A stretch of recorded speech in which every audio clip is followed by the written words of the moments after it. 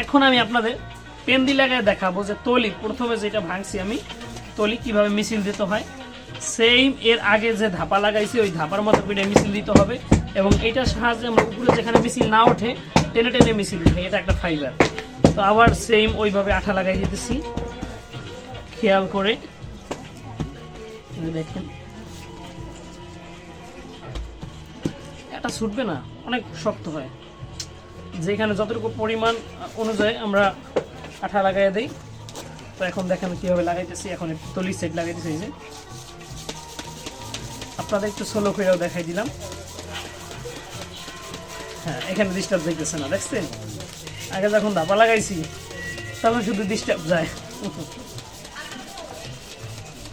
আমি আলহামদুলিল্লাহ তিনও সাইডে সেম চালু।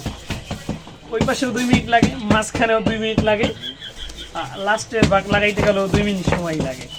তো 6 মিনিটে আমি আলহামদুলিল্লাহ যখন খেয়াল করে টান দিয়ে লাগাইতে পারি 200 ব্যাগ বানাইতে পারি।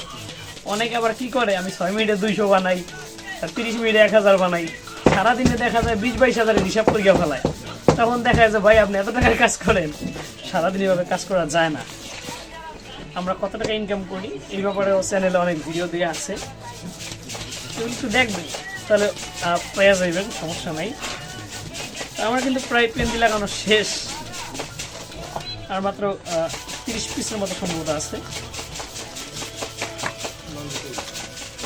এই যে আমি যে প্যাকেট বানাইলাম, আমার ধারণা এটার ভিতরে একটাও আঠা লাগে না, এরকম কোনো প্যাকেট নাই আশা করি, কারণ আমি খেয়াল করে কাজ করছি। খেয়াল করে কাজ করলে কোনো পার্টি ক্লেম দিবে না, কোনো পার্টি অবজেকশন দিবে না। এই যে কমপ্লিট মাশাআল্লাহ। এই যে আমার কিন্তু 200 প্যাকেট বানানো কমপ্লিট। আমি আপনাদের একটা প্যাকেট খুলে দেখাই, ঠিক আছে? তাহলে আপনারা সহজে বুঝতে পারবেন। এই যে দেখেন, এটা কিন্তু এখন প্রস্তুত। এখন আমরা এটা 500 করে বান্ডিল বেঁধে